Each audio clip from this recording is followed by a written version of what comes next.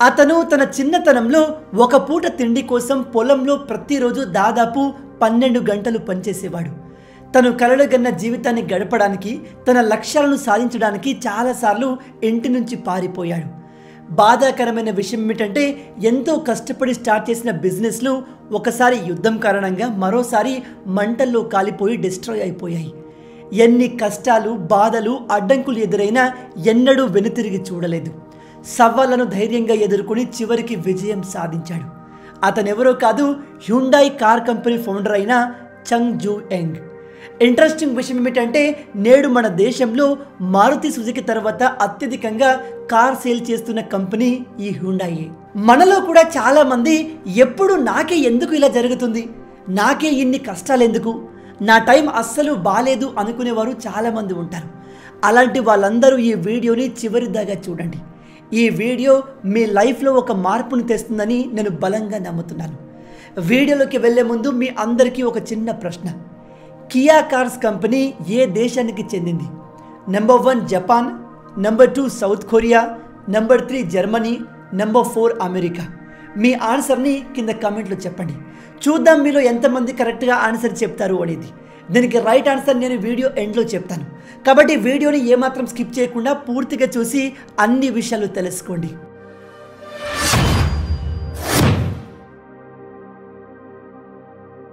చంగ్ zoo young 1915 కొరియాలోని ఒక చిన్న గ్రామంలో జన్మించాడు.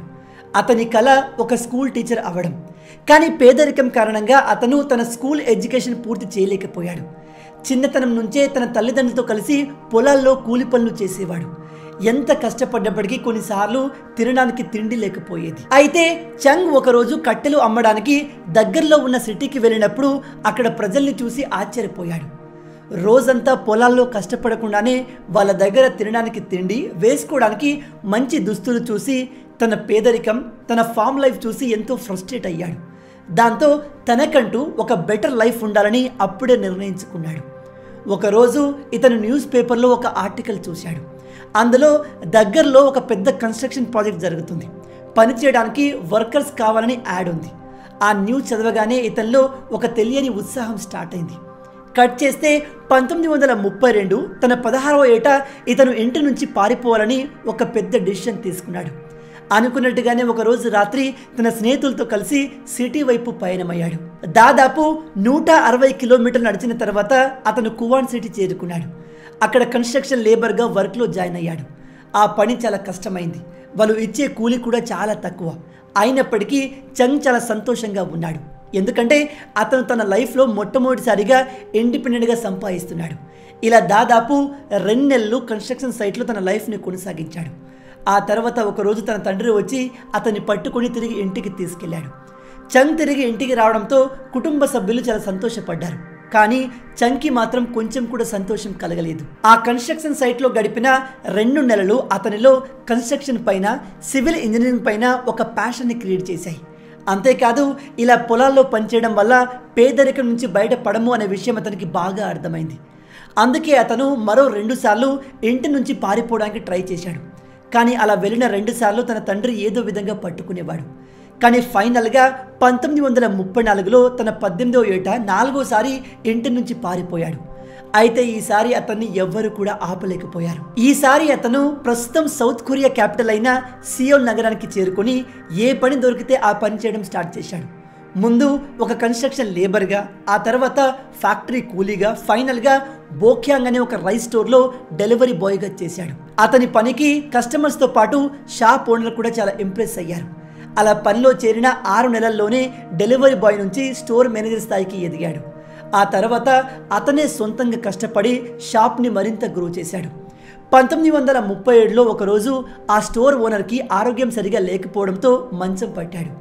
ఆ ఓనర్ చంగ్ యొక్క కష్టపడే తత్వం చూసి స్టోర్ బాధ్యతల్ని అతనికి అప్పగించాడు. దాంతో కేవలం 22 ఏళ్ల వయసులోనే చంగ్ ఒక ఎంప్లాయీ నుంచి ఓనర్ అయ్యాడు. ఆ తర్వాత అతను మార్కెట్లో తనకంటూ ఒక ట్రస్ట్ అండ్ రెప్యుటేషన్ని బిల్డ్ చేసుకున్నాడు. తన ఆలోచనతో బిజినెస్ని మరింత గ్రో చేశాడు. ఇలా ఎవ్రీథింగ్ కరెక్ట్గా జరుగుతున్నాయనే సమయంలో ఊహించని ఒక విషాదం చోటు చేసుకుంది.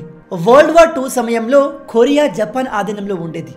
యుద్ధంలో జపాన్ ప్రభుత్వం తమ సైనికులకు కంటిన్యూగా రైస్ అందాలని కొరియాలో ఉన్న అన్ని రైస్ స్టోర్ల ఓనర్షిప్ని సీజ్ చేసింది. అందులో చంగ్ రైస్ షాప్ కూడా ఉంది. అనేక సంవత్సరాలు ఎంతో కష్టపడి గ్రో చేసిన బిజినెస్ని ఒక్క దెబ్బతో అప్పటి జపాన్ ప్రభుత్వం దోచుకుంది. అది చూసి చంగ్ చాలా బాధపడ్డాడు. కానీ ఓటమిని మాత్రం అంగీకరించలేదు. మనం ఏ పనైనా మనసు పెట్టి సిన్సియర్గా చేస్తే అది ఖచ్చితంగా సక్సెస్ అవుతుంది. ఈ ఆలోచనతోనే చంగ్ జపనీస్ గవర్నమెంట్ కంట్రోల్ లేని ఒక బిజినెస్ని కనుక్కున్నాడు. అదే కార్ రిపేర్ బిజినెస్. వెంటనే అతను కార్ రిపేరింగ్ పైన ఫోకస్ పెట్టడం స్టార్ట్ చేశాడు. అందుకోసమని 1940లో దాదాపు 3000 వాన్లు లోన్ తీసుకుని సర్వీస్ గ్యారేజ్ లాంచ్ చేశాడు. చంగ్ తలరాత ఎంత బ్యాడ్గా ఉందంటే గరాజ్ ఓపెన్ చేసిన నెల రోజుల్లోనే అది మంటల్లో బూడిదైపోయింది. దీంతో చంగ్ పరిస్థితి మరింత దయనీయంగా మారింది. ఒకవైపు అతను తీసుకున్న లోన్ రికవర్ చేయాలి, మరోవైపు తన గ్యారేజ్లో కస్టమర్కి జరిగిన లాస్ని రికవర్ చేయాలి. ఇలాంటి సిచ్యువేషన్లో చాలామంది ఏం చేయాలో తోచక చేతులు ఎత్తేస్తారు. కానీ చంగ్ మాత్రం ఎప్పటిలాగే ప్రాబ్లంని ధైర్యంగా ఎదుర్కొన్నాడు.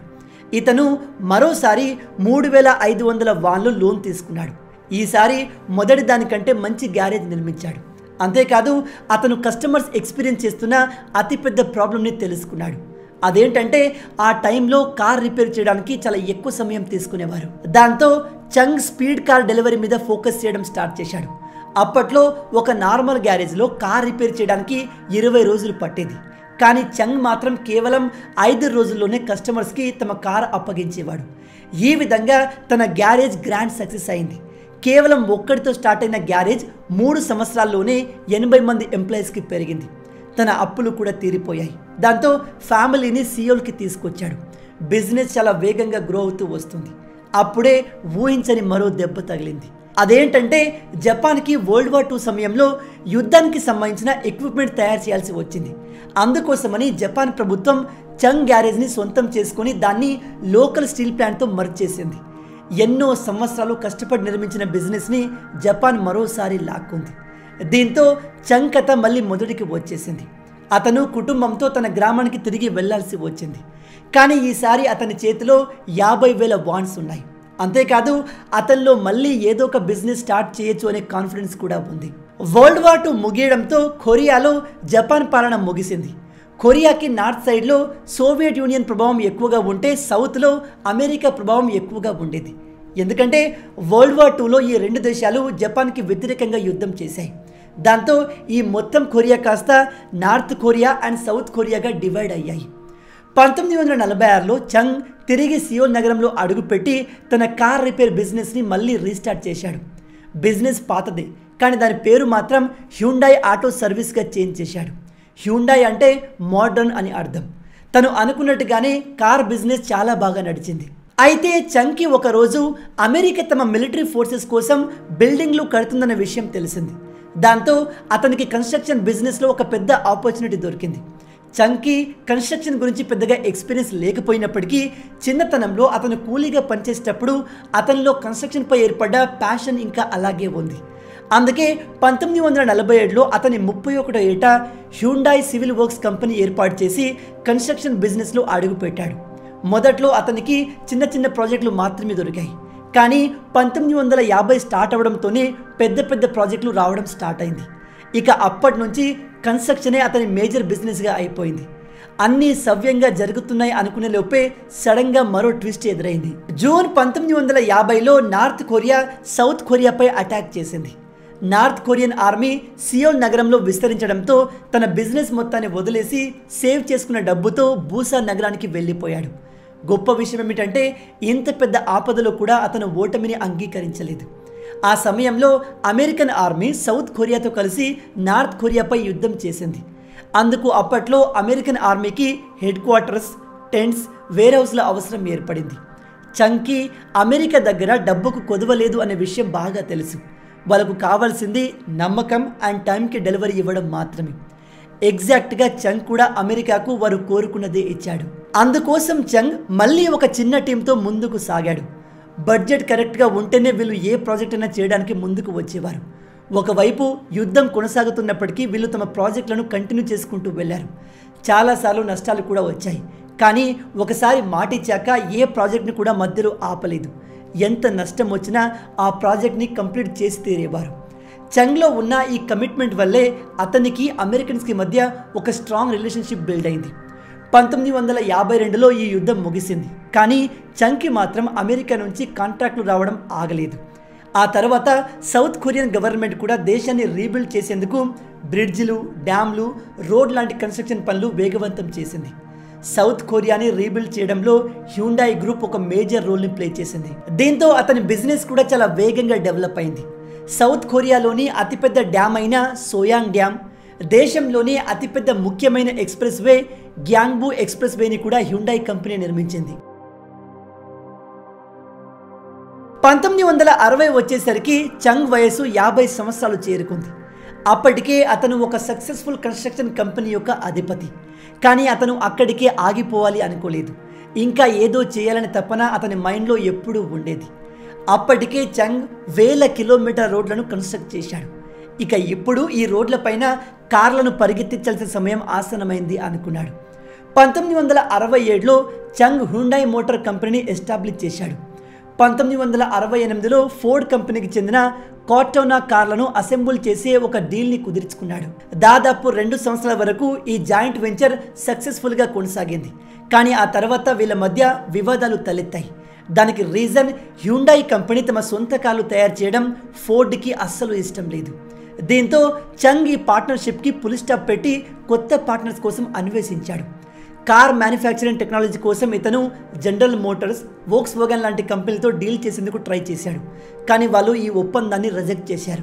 చివరికి జపాన్కి చెందిన మిత్సుబిషి మోటార్స్ దగ్గరికి వెళ్ళినప్పుడు వీళ్ళు హ్యుండాయ్కి తమ కార్ మేకింగ్ టెక్నాలజీ అందించేందుకు ఒప్పుకున్నారు. ఈ డీల్లో బెస్ట్ పార్ట్ ఏమిటంటే హ్యుండాయ్ తమ సొంత పేరుతో తమ ఇష్టమైన బ్రాండ్ కార్లను అమ్ముకునే వెసులుబాటు కూడా ఉంది. సరిగ్గా అదే సమయంలో సౌత్ కొరియన్ గవర్నమెంట్ ఆ దేశ ఆటోమొబైల్ కంపెనీస్కి ఒక సిటిజన్ కార్ తయారు చేయమని ఆదేశించింది. అందుకు కొన్ని కండిషన్లు కూడా పెట్టింది. అవేంటంటే ఆ కార్ సాధారణ ప్రజలకు ట్రస్ట్ వర్తిగా అనిపించాలి, అఫోర్డబుల్ ఉండాలి, ముఖ్యంగా అందులో యూజ్ చేసే ప్రతి పార్ట్ కూడా మేడ్ ఇన్ సౌత్ కొరియా అయి ఉండాలి. 1976లో చంగ్ ఒక కొత్త ప్లాంట్ని ఎస్టాబ్లిష్ చేశాడు. దాంతో హ్యుండాయ్ సౌత్ కొరియాలోనే మొట్టమొదటిసారి కార్లను మాస్ ప్రొడక్షన్ చేసిన కంపెనీగా నిలిచింది. ఈ కంపెనీ మొదటి కార్ హ్యుండాయ్ పోనీ. దీని ధర తక్కువ. ఆ కారణంగా సౌత్ కొరియాలో ఇది గ్రాండ్ సక్సెస్ అయింది. అంతేకాదు చూస్తుండగానే హ్యుండాయ్ కంపెనీ సౌత్ కొరియాలో దాదాపు 60% కార్ మార్కెట్ని క్యాప్చర్ చేసింది.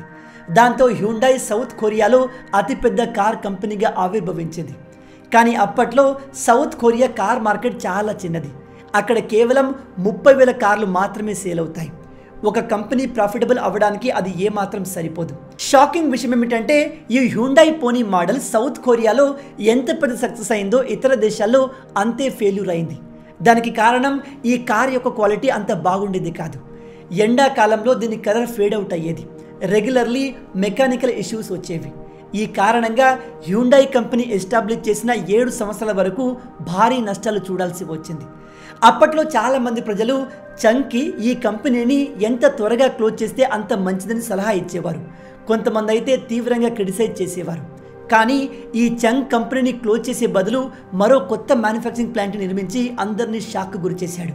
ఇంకో షాకింగ్ విషయం ఏమిటంటే ఈ కొత్త ప్లాంట్ నుంచి ప్రతి సంవత్సరం దాదాపు 3 లక్షల కార్లను మ్యానుఫ్యాక్చర్ చేయాల్సిందిగా గోల్గా పెట్టుకున్నాడు. చంగ్ తీసుకున్న ఈ డిసిషన్ అటు ప్రజలకే కాదు కంపెనీలో పనిచేసే ఎంప్లాయీస్కి కూడా అర్థం కాలేదు. కేవలం 30,000 కార్ల మార్కెట్ గల సౌత్ కొరియాలో 3 లక్షల కార్లు తయారు చేస్తే ఎవరు కొంటారని అందరూ నవ్వుకున్నారు. అయితే భవిష్యత్తులో సౌత్ కొరియా ఏ స్థాయికి వెళ్తుందో చంగ్కి బాగా తెలుసు. సౌత్ కొరియా ఎకానమీ చాలా వేగంగా గ్రో అవుతుంది. అంతేకాదు ప్రతి సంవత్సరం వేలాది మంది ప్రజలు పేదరికం నుంచి ధనవంతులుగా మారుతున్నారు. అంటే దీని అర్థం రాబోయే సంవత్సరాల్లో కార్స్కి డిమాండ్ పెరగబోతుంది. అంతేకాదు చంగ్ తయారు చేయబోయే కార్లు కేవలం సౌత్ కొరియాలోనే కాదు విదేశాలకు కూడా ఎక్స్పోర్ట్ చేసే విధంగా వాటిని డిజైన్ చేశారు. అనుకున్నట్టుగానే 1980లో కొత్త ప్లాంట్ రెడీ అయ్యాక 1982లో హ్యుండాయ్ తమ మొదటి కార్ పోనీకి అనేక మార్పులు చేసి పోనీ 2 పేరుతో లాంచ్ చేశారు. ఈ కార్ కేవలం సౌత్ కొరియాలో మాత్రమే కాదు ఆఫ్రికా, లాటిన్ అమెరికా, కెనడా లాంటి దేశాల్లో కూడా సూపర్ సక్సెస్ అయింది. కొన్ని సంవత్సరాల్లోనే హ్యుండై దాదాపు 4 లక్షల కార్లను అమ్మి చాలా ప్రాఫిట్ సంపాదించింది. ప్రపంచ కార్ మార్కెట్లో ఒక డీసెంట్ కంపెనీగా పేరు సంపాదించింది. ఒక డీసెంట్ కంపెనీగా పేరు తెచ్చుకున్న హ్యుండై ఒక అతిపెద్ద కార్ మ్యానుఫ్యాక్చరింగ్ కంపెనీగా మారాలంటే ఈ హ్యుండై ఖచ్చితంగా అమెరికన్ మార్కెట్ని క్యాప్చర్ చేయాలి. అందుకని ఈ హ్యుండై కంపెనీ అమెరికన్ మార్కెట్ని స్టడీ చేయడం మొదలుపెట్టింది. అప్పుడు వాళ్ళకు తెలిసిందేమిటంటే జపాన్ అమెరికాలోని కాంపాక్ట్ కార్ సెగ్మెంట్ని క్యాప్చర్ చేసింది. అదే mid and large size car మార్కెట్లో అమెరికన్ కంపెనీల కాంపిటీషన్ చాలా ఎక్కువగా ఉంది. దాంతో హ్యుండై ఎలాంటి కాంపిటీషన్ లేని సబ్ కాంపాక్ట్ కార్లను టార్గెట్ చేసింది. అంతేకాదు అమెరికాలో సెకండ్ హ్యాండ్ కార్ మార్కెట్కి డిమాండ్ ఎక్కువగా ఉందని ఆ కస్టమర్లను అట్రాక్ట్ చేయడానికి సెకండ్ హ్యాండ్ కార్ ప్రైస్కే హ్యుండై ఎక్సెల్ అనే కొత్త కార్ని తీసుకొచ్చింది. అది కూడా 5 సంవత్సరాల వారంటీతో. హ్యుండై ఈ స్ట్రాటజీతో అమెరికన్ కార్ మార్కెట్ని ఒక ఊపు ఊపేసింది. దీంతో సెకండ్ హ్యాండ్ కార్ బయ్యర్లు హ్యుండై ఎక్సెల్కి షిఫ్ట్ అయిపోయారు. 1986లో హ్యుండై అమెరికాలో దాదాపు 1,70,000 ఎక్సెల్ కార్లు అమ్మింది. ఇక 1987లో దాదాపు 2,60,000 కార్లను అమ్మింది. కేవలం 2 సంవత్సరాల్లోనే హ్యుండై అమెరికాలో టాప్ సెల్లింగ్ ఇంపోర్టెడ్ కార్గా నిలిచింది. ఇప్పటి వరకు యూఎస్ మార్కెట్లో అడుగుపెట్టిన ఏ కార్ కంపెనీ కూడా ఇంతటి ఇనీషియల్ సక్సెస్ని అందుకోలేదు. హ్యుండై గ్లోబల్ లెవెల్లో ఒక మేజర్ కార్ కంపెనీగా ఎదిగింది. అదే సంవత్సరం చెంగ్ తన 72 వయసులో రిటైర్మెంట్ ప్రకటించారు. అతని తర్వాత తన సోదరులు, కొడుకులు ఆ కంపెనీ బాధ్యతలు తీసుకున్నారు. స్టార్టింగ్లో ఈ చెంగ్ ఏ పట్టుదలతో ఈ కంపెనీని స్టార్ట్ చేశారో ఇప్పుడు కూడా అదే పట్టుదల ఆ కంపెనీలో కనిపిస్తుంది. నేడు హ్యుండై ప్రపంచంలోనే 3వ అతిపెద్ద కార్ మ్యానుఫ్యాక్చరింగ్ కంపెనీగా ఎదిగింది. కేవలం 2022లోనే దాదాపు 40 లక్షల కార్ల అమ్మకాలు చేసింది. అయితే ప్రపంచవ్యాప్తంగా చాలామందికి హ్యుండై కేవలం ఒక కార్ కంపెనీగా మాత్రమే తెలుసు. కానీ హ్యుండైలో మొత్తం 42 వేరువేరు కంపెనీలు ఉన్నాయి. వాటిలో ముఖ్యమైనవి Hyundai elevators, Hyundai information technology, Hyundai heavy industries. ఇది ప్రపంచంలోని అతిపెద్ద షిప్ బిల్డింగ్ కంపెనీ. ఈ హ్యుండై కారణంగా సౌత్ కొరియా నేడు జపాన్ని వెనక్కి నెట్టి ప్రపంచంలోని అతిపెద్ద షిప్ బిల్డింగ్ కంట్రీగా ఎదిగింది. సౌత్ కొరియా దేశానికి హ్యుండై ఒక నార్మల్ కంపెనీ కాదు. హ్యుండై ఆ దేశాన్ని రీబిల్డ్ చేసిన ఒక ఇన్స్టిట్యూషన్. ఈ కంపెనీ ఆ దేశంలో కొన్ని వేల ఉద్యోగాలు క్రియేట్ చేసింది. అంతేకాదు ప్రపంచంలో సౌత్ కొరియాకు ఒక గుర్తింపుని తీసుకొచ్చింది. అయితే ఇదంతా స్టార్ట్ అయింది తినడానికి తిండి, చదువు, హెల్త్ కేర్ లాంటి బేసిక్ ఫెసిలిటీస్ లేని ఒక నిరుపేద పల్లెటూరు అబ్బాయి నుంచి. ఈ చెంగ్ దగ్గర ఫెసిలిటీస్ లేకపోయినా గట్టి పట్టుదల, ప్యాషన్, ఒక క్లియర్ విజన్, అన్నిటికీ మించి ఎలాగైనా సరే విజయాన్ని సాధించాలనే బలమైన కోరిక ఉండేది. ఆ కోరికే దేశాన్ని ముందుకు నడిపించింది. ఇక నేను మిమ్మల్ని మొదట్లో అడిగిన ప్రశ్నకు సమాధానం విషయానికి వస్తే కియా కార్స్ కంపెనీ ఏ దేశానికి చెందింది? దీనికి right answer number 2 South Korea. మీలో ఎంతమందిని కరెక్ట్గా ఆన్సర్ చేయగలిగారు? హానెస్ట్గా కింద కామెంట్లో చెప్పండి. మొత్తంగా ఇవే ఈ వీడియోకి సంబంధించిన పూర్తి విషయాలు. ఈ వీడియో మీకు నచ్చింది అనుకుంటున్నాను. వీడియో నచ్చితే అలా ఊరికే చూసి వెళ్ళిపోకుండా వీడియోని లైక్ చేయండి. ఈ వీడియోకి నేను మీకు ఇచ్చే లైక్స్ టార్గెట్ 5,000 లైక్స్. చాలా ఈజీ, సింపుల్గా చేసేయండి. అలాగే ఇలాంటి మరిన్ని ఇంట్రెస్టింగ్ వీడియోస్ కోసం మన ఛానల్ని సబ్స్క్రైబ్ చేసి మమ్మల్ని సపోర్ట్ చేయొచ్చు కదా. ఇది మీకు కంప్లీట్లీ ఫ్రీ. కానీ మీరు చేసే ప్రతి ఒక్క లైక్ అండ్ సబ్స్క్రిప్షన్ మాకు మరిన్ని వీడియోస్ చేయడానికి ఒక మోటివేషన్లా ఉంటుంది. కాబట్టి వీడియోని లైక్ చేసి ఛానల్ని సబ్స్క్రైబ్ చేయడం మర్చిపోవద్దు. అండ్ రాబోయే వీడియోలో మీరు ఎటువంటి టాపిక్ గురించి తెలుసుకోవాలనుకుంటున్నారో అది కూడా కమెంట్లో మెన్షన్ చేయండి. నెక్స్ట్ వీడియోలో ఇంకో ఇంట్రెస్టింగ్ టాపిక్తో మళ్ళీ కలుద్దాం. అంటిల్ దెన్, జై హింద్.